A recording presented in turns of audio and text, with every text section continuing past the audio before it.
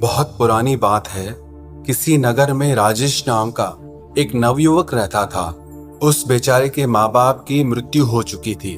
बहुत ही गरीबी में उसके दिन गुजर रहे थे। जैसे तैसे काम करके वो अपने खाने के लिए आटा और चावल ले आता था। घर आकर वो अपना भोजन बनाता और खा पीकर सो जाता।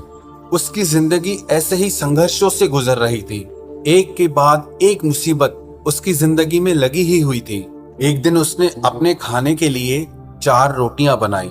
हाथ मुंह धोकर जब वो वापस आया तब उसने देखा सिर्फ 3 ही रोटियां बची है। दूसरे दिन भी यही हुआ। तीसरे दिन उसने रोटियां बनाने के बाद उस स्थान पर नजर रखी और उसने देखा कि कुछ देर बाद वहां एक मोटा सा चूहा आता है और एक रोटी उठाकर वहां से चला जाता है। और उस दिन वो लड़का उस चूहे को आखिर पकड़ ही लेता है।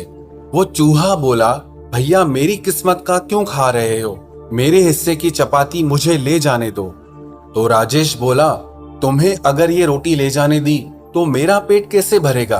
मैं पहले से ही अपनी जिंदगी से परेशान हूँ और ऊपर से पेट भरकर खाना भी ना मिले तो मैं क्या करूँगा? न जाने मेरी जिंदगी में खुशियाँ कब आएंगी। आखिर कब मेरी जिंदगी से ये दुख और परेशानियां खत्म होंगे? तो इस पर चूहे ने बोला, तुम्हारे सारे सवालों का जवाब तुम्हें मतंग ऋषि दे सकते हैं। तो राजेश ने पूछा, कौन है वो? चूहे ने उत्तर दिया, वो एक बहुत पहुंचे हुए ऋषि हैं। उत्तर दिशा में कई पर्वतों और नदियों को पार करके ही उनके आश्रम तक पहुंचा जा सकता है। तुम उन्हीं के पास जाओ, वही तुम्हारा उद्धार करेंगे। राजेश चूहे की बात मान गया और अगली सुबह ही खाने पीने की गठरी बांधकर उस ऋषि से मिलने के लिए निकल पड़ा। काफी दूर चलने के बाद उसे एक हवेली दिखाई दी और राजेश ने वहां रुकने के लिए उनसे रात भर के लिए शरण मांगी। उस हवेली की मालकिन ने पूछा, बेटा कहाँ जा रहे हो? तो राजेश बोला, मैं मतंग ऋषि के आश्रम जा रहा हूँ। तो वो मालकिन बोलने लगी, बहुत अच्छा, उनसे मेरे भी एक प्रश्न का उत्तर मांग कर लाना कि मेरी बेटी 20 साल की हो गई है। वो देखने में बहुत सुंदर है, उसमें हर प्रकार के गुण भी विद्यमान हैं, लेकिन अभी तक बेचारी ने एक भी शब्द मुंह से नहीं बोला है। उनसे ये पूछना कि मेरी बेटी कब बोलना शुरू करेगी। और ऐसा कहते कहते वो हवेली की मालकिन बहुत रोने लगी। तो राजेश ने उनसे कहा, आप बिल्कुल भी परेशान मत हो, मैं आपका उत्तर लेकर जरूर आऊंगा। अगले दिन राजेश आगे की यात्रा के लिए निकल पड़ा। रास्ता बहुत ज्यादा लंबा था। रास्ते में उसे बड़े बड़े बर्फीले पहाड़ मिले। उसे समझ नहीं आ रहा था कि कैसे पार करूं और समय बीतता जा रहा था। तभी उसे मार्ग में एक तांत्रिक दिखाई दिया जो वहां पर बैठकर तपस्या कर रहा था। राजेश तांत्रिक के पास गया और उनसे बोला कि मुझे मतंग ऋषि के दर्शन के लिए जाना है और ये रास्ता तो बहुत परेशानी वाला लग रहा है, मैं आगे कैसे जाऊं? तो उस तांत्रिक ने कहा, मैं तुम्हारा सफर आसान बना दूंगा, पर तुम्हें मेरे एक प्रश्न का उत्तर लाना होगा। तो राजेश उनसे कहने लगा, अगर आप मुझे वहां पहुंचा सकते हैं तो आप खुद वहां क्यों नहीं चले जाते? तो वो तांत्रिक कहने लगा कि अगर मैंने इस स्थान को छोड़ा तो मेरी तपस्या भंग हो जाएगी। तो राजेश ने उनसे कहा, आप मुझे अपना प्रश्न बताएं, मैं आपका उत्तर जरूर लेकर आऊंगा। तो वो तांत्रिक कहने लगा, उन ऋषि से पूछना कि मेरी तपस्या कब सफल होगी, मुझे आत्मज्ञान कब प्राप्त होगा। इसके बाद तांत्रिक ने अपनी तांत्रिक विद्या से उस लड़के को पहाड़ पार करा दिया। अब आश्रम तक पहुंचने के लिए सिर्फ एक नदी ही पार करनी थी और वो लड़का इतनी बड़ी नदी देखकर बहुत घबरा गया। तभी उसे नदी किनारे एक बड़ा सा कछुआ दिखाई दिया। उस लड़के ने कछुए से मदद मांगी, आप मुझे अपनी पीठ पर बैठाकर नदी पार करा दीजिए। कछुए ने कहा, ठीक है, मैं तुम्हारी मदद जरूर करूंगा। जब दोनों नदी पार कर रहे थे तो कछुए ने पूछा, तुम कहाँ जा रहे हो? तो उस लड़के ने उत्तर दिया, मैं मतंग ऋषि से मिलने जा रहा हूँ।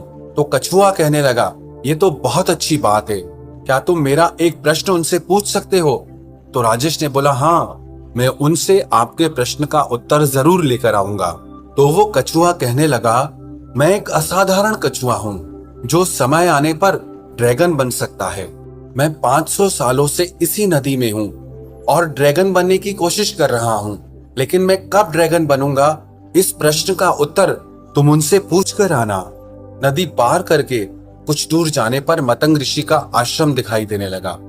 आश्रम में प्रवेश करने पर शिष्यों ने उस लड़के का बहुत स्वागत किया। संध्या समय पे उस ऋषि ने राजेश को अपने दर्शन दिए और उनसे बोलने लगे, हे पुत्र, मैं तुम्हारे किसी भी 3 प्रश्नों का उत्तर दे सकता हूँ, तुम अपना प्रश्न पूछो। वो बहुत सोच में पड़ गया कि वो अपना प्रश्न पूछे या उसकी मदद करने वाली मालकिन, तांत्रिक और कछुए का प्रश्न पूछे। वो अपना प्रश्न पूछना चाहता था, पर उसने सोचा कि उसे मुसीबत में मदद करने वाले लोगों का उपकार नहीं भूलना चाहिए। उसे ये नहीं भूलना चाहिए कि उसने उन लोगों से उनके प्रश्न का उत्तर लाने का वादा किया है। उसी पल उसने निश्चय किया कि वो खूब मेहनत करेगा और अपनी जिंदगी को बदल देगा। लेकिन इस समय पर उन 3 लोगों की जिंदगी में बदलाव लाना बहुत जरूरी है। और यही सोचते सोचते उसने ऋषि से पूछा, हवेली की मालकिन की बेटी कब बोलना शुरू करेगी? तो ऋषि ने जवाब दिया, जैसे ही उसका विवाह होगा वो बोलना शुरू कर देगी। फिर उसने दूसरा प्रश्न किया कि तांत्रिक को मोक्ष कब प्राप्त होगा, आत्मज्ञान कब प्राप्त होगा? तो ऋषि उत्तर देने लगे, जब वो तांत्रिक अपने तंत्र से प्राप्त की हुई सारी शक्तियां, सारी सिद्धियां किसी और को दे देगा तो उसी क्षण उसे आत्मज्ञान की प्राप्ति हो जाएगी, मोक्ष की प्राप्ति हो जाएगी। फिर उसने प्रश्न किया कि वो कछुआ ड्रैगन कब बनेगा? तो ऋषि ने उत्तर दिया, जिस दिन उसने अपना कवच उतार दिया वो उसी वक्त ड्रैगन बन जाएगा। वो लड़का ऋषि से उत्तर जानकर बहुत खुश हुआ और अगली सुबह वो उन ऋषि का धन्यवाद देकर के वहां से निकल गया। वापस रास्ते में कछुआ मिला। उसने उस लड़के को नदी पार करा दी और अपने प्रश्न के बारे में पूछा। तब राजेश ने कछुए से कहा, अगर तुम अपना कवच उतार दो तो तुम इसी समय ड्रैगन बन जाओगे। जब उस कछुए ने ये उत्तर सुना तो वो बहुत खुश हो गया और कछुए ने जैसे ही कवच उतारा उसमें से ढेरों मोती झड़ने लगे। कछुए ने वो सारे मोती राजेश को दे दिए और कुछ ही पलों में वो ड्रैगन में बदल गया। वो बहुत खुश था। उसने फौरन उस लड़के को अपने ऊपर बिठाया और सारी बर्फीली पहाड़ियां पार करा दी। थोड़ा आगे जाने पर उसे तांत्रिक मिला। राजेश ने तांत्रिक को ऋषि की सारी बात बता दी कि जब आप अपनी तांत्रिक विद्या, अपनी शक्तियां किसी और को दे देंगे तो आपको उसी क्षण मोक्ष की प्राप्ति हो जाएगी, आत्मज्ञान की प्राप्ति हो जाएगी। तो वो तांत्रिक बोला, अब मैं कहां किसे ढूंढने जाऊंगा? ऐसा करो, तुम ही मेरी विद्या ले लो। और ऐसा कहते ही उस तांत्रिक ने अपनी सारी शक्तियां उस लड़के को दे दी और अगले ही क्षण उसे मोक्ष की प्राप्ति हो गई। राजेश वहां से आगे बढ़ा और तांत्रिक से मिली शक्तियों के दम पर वो क्षण भर में ही हवेली पर पहुंच गया। और हवेली की मालकिन ने उसे देखते ही पूछा, क्या बताया ऋषि मतंग ने मेरी बेटी के बारे में? तो वो लड़का कहने लगा, जिस दिन आपकी बेटी की शादी होगी वो अपने आप बोलने लग जाएगी। मालकिन बोली, तो देर किस बात की है? तुम इतनी बड़ी खुशखबरी लाए हो, भला तुमसे अच्छा लड़का इसके लिए और कौन हो सकता है? उस हवेली की मालकिन ने उन दोनों की शादी करा दी और सचमुच वो लड़की बोलने लग गई। राजेश अपनी पत्नी को लेकर अपने गांव पहुंचा। उसने सबसे पहले उस चूहे को धन्यवाद दिया और अपनी नई हवेली में उसके रहने के लिए एक जगह भी बनवा दी। कभी अपनी जिंदगी से हार चुके राजेश के पास आज सब कुछ था।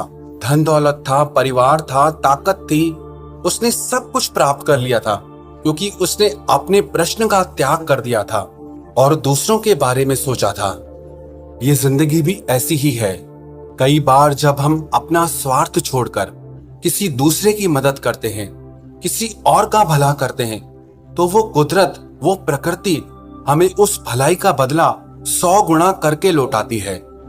हम चाहे माने या ना माने इस बात को, लेकिन जो भी हम कर्म करते हैं, अच्छा या बुरा, सही या गलत, उन कर्मों का फल हमें जरूर मिलता है। अगर आपने किसी के साथ भलाई की है, अच्छाई की है, तो विश्वास रखना उस भलाई का फल, उस अच्छाई का फल एक दिन आपको जरूर मिलेगा।